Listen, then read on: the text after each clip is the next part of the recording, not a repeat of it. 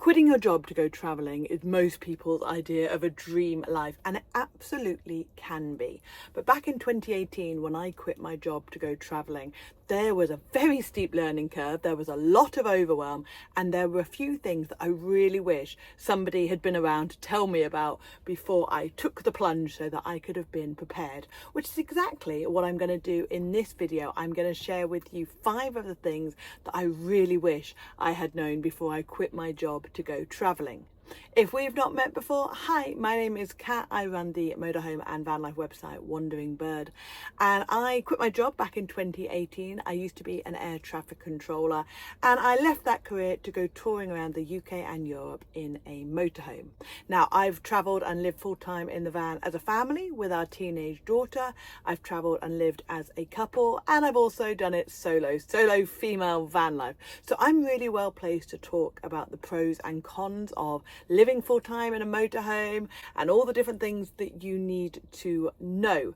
If that is something that you're interested in doing either right now as soon as you can, or perhaps you're hoping to do it in the future, then I'm actually running a live workshop all about how to quit your job and go travelling. I'll leave the details for that in the notes, but for now let's dive into 5 things I wish somebody had told me before I quit my job to go travelling full-time. Firstly, and it's a blunt one, you will never feel ready. Now, retiring or being made redundant is one thing, but making the conscious decision to leave your job, your career, and go do something totally different, like traveling, is quite a huge decision, and you will never feel 100% ready to do that. If you're waiting for the day where you feel like everything is sorted, all your ducks are in a row, that day will never come. You'll never feel like you've got enough money in the bank.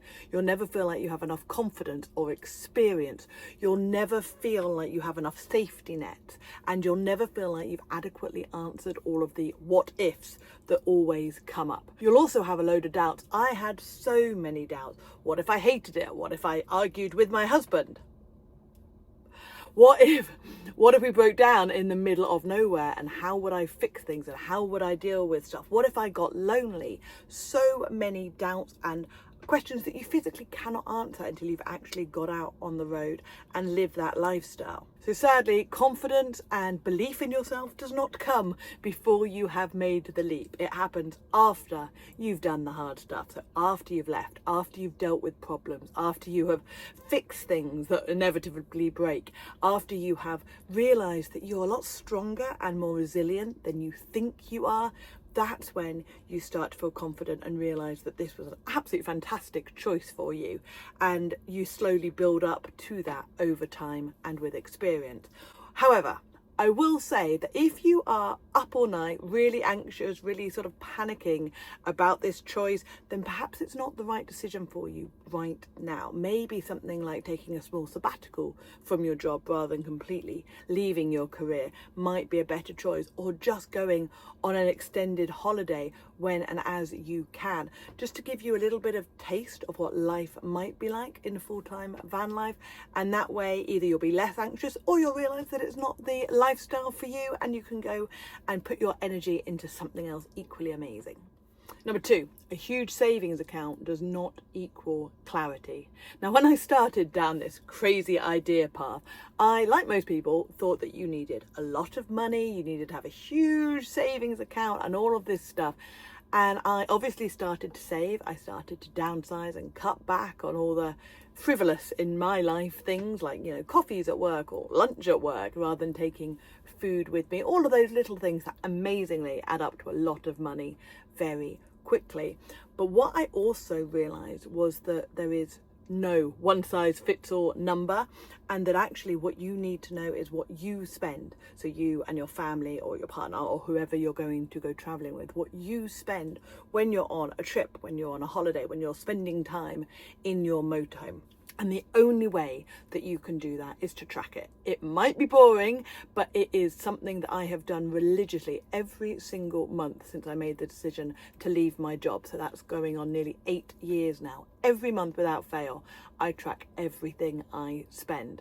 And this has been a game changer for me. It gives me responsibility for what I'm spending, because it's amazing how quickly money can just disappear out of your bank account. So being forced to look at it all at the end of every month is a bit humbling. And certainly when I first started, it was a bit scary how much money I was, in my own words, wasting, because I had a decent job and I had a decent wage and I was living that lifestyle.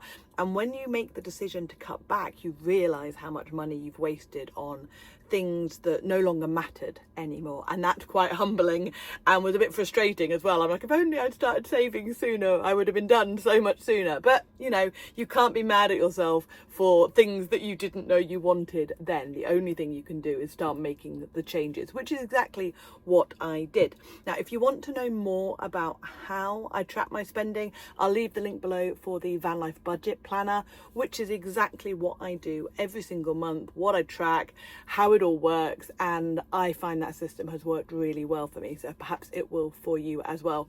But whether you do that or whether you just use a simple spreadsheet, your bank account, whatever you want to use, make sure you are tracking what you're spending. That will then give you an idea on what you spend in a week, a fortnight, a month on the road, which will allow you to then extrapolate on what you might spend when you're doing this full time. Surprise number 3 was that full-time van life does not mean the same thing as a holiday in a motorhome. Now, this might sound really stupid and really obvious, but I hadn't spent the time really thinking about what happened after I quit my job to go traveling. Everything was sort of focused on the saving and the pulling the plug and the fear over losing my career. And I hadn't taken the time to switch the mindset into a place from, hey, this is holiday, we're going to eat out all the time, we're going to do all the things, we're going to treat ourselves because it's our holiday, to, okay, this is now my life, so I still have to live on a budget.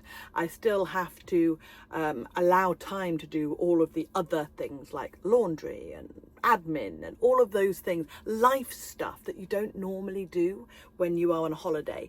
And like I say, it might sound really obvious, but taking that time to mentally switch gears is quite important, and something that I did not do until long after I'd had a burnout, because I started to try and travel like I did when I was on a holiday. So if I had a week off work, I would move around as much as I can and try and see everything in the time that I had off work. And trying to do that when this is your full-time life is exhausting. So definitely, top tip for you, slow it down a bit. Don't be worried about spending a day reading a book or just chilling out or whatever, which is something that I don't tend to do when I am on holiday, and very much with a mind shift change. Number 4 is one that really surprised me, and it was the reaction of other people to my choice to leave my job and go traveling. Now, a lot of people were like, oh yeah, sure, great. And then they realized I wasn't kidding. And so a few were like, okay, that's amazing. But most people, certainly including my family, were like, you're insane. You're leaving behind a secure, well-paid career with a decent pension to go off and do what? You're throwing your life away, you're going to ruin everything, you're burning all of this negativity, which when you're already like, oh my God, am I absolutely crazy? And I don't entirely know what I'm doing. And is this the most ridiculous thing I've ever done in my life? It can be quite overwhelming, that sort of added negativity. And it's really important to realize that their responses are about them. Some people take it really personally, especially your colleagues, that you're choosing to leave the job that they're also doing. It somehow like is a reflection or an attack on them. It's really strange, but that is absolutely their issues, their fears, I could never do that, so therefore you shouldn't either. And you have to remember that, which I know can be really difficult. Family, I found the hardest. When they're telling you that you're being foolish and you're ruining your life, it can be really difficult. But at the end of the day, this is your life. And if you've done the sums and you've got your plan and you're not being irresponsible, I don't recommend doing any of this without planning and thinking it through, then you do have to take control of your own life and not just do what other people say is a good thing to do or a bad thing to do. However, one thing I will say, a caveat that I want to put on this, is don't just dismiss the concerns as being over the top or whatever. Actually, you don't have to talk to them about it, but have a think about, you know, what does happen if you hate it? What does happen if you run out of money? What does happen if you want to go and do something else, or something else, another opportunity comes up? Having sort of a conversation, especially with your partner, will allow you to feel so much more prepared if X, Y, and Z ever happens in the future. Surprisingly, quitting my job was not the scariest part. I thought handing in my notice would be absolutely terrifying, and it was, although it was made slightly less terrifying by the fact that I couldn't find anyone. Like, there was literally nobody in any of the admin offices to hand my letter of resignation into. I spent 2 hours trying to find someone, which kind of dulled the terror down a little bit. But you know, that was daunting, and there is a video on the YouTube channel somewhere. I'll try and find the link to it so that you can actually see the fear in my eyes after I just handed in my resignation letter. But the scariest bit was actually the end of that month, or the month after I should say, when no paycheck appeared in my bank account, and I was like, oh, this is real. Like, the amount of money that I have in my bank account right now is the amount of money that I have in my bank account right now, and forevermore, or at least until I get another job. And that was really sobering and really made me question everything, because it made it real suddenly. It became less of a job or like a to-do list, because you're working so hard on, got to do this, got to save, got to buy this, got to organize this, got to do all this thing. And then suddenly you're like, oh, okay, yeah. This is absolutely real. A couple other terrifying moments were obviously the first time something went wrong, especially when I was on my own and there was no one else around to help me. And I realized that I had to do this. I had to sort of get on with it and deal with it. Driving the motorhome on my own, that was really terrifying. And there have been a couple of other moments where I have questioned my sanity and my decisions. But I've come to realise that those are the moments where you grow. Those are the moments where you build that confidence that you desperately wanted at the start, and you build your experience. Now I get to share those learning moments with people like yourself, so that you feel more confident before you hit the road and don't feel quite as overwhelmed as I was. So if quitting your job to go travelling is something that you dream about, that you would love to do, either now or in the future, but you're feeling overwhelmed by the what ifs and the how do I's and all of the questions that you understandably have before this huge lifestyle shift, then I have got something just for you. I am running a live workshop at the end of June, talking all about how to quit your job and go travelling, and how you can transition, how to downsize, how to plan, finances, working from the road if that's something that you want or need to do, and how to make the transition from one lifestyle to the other.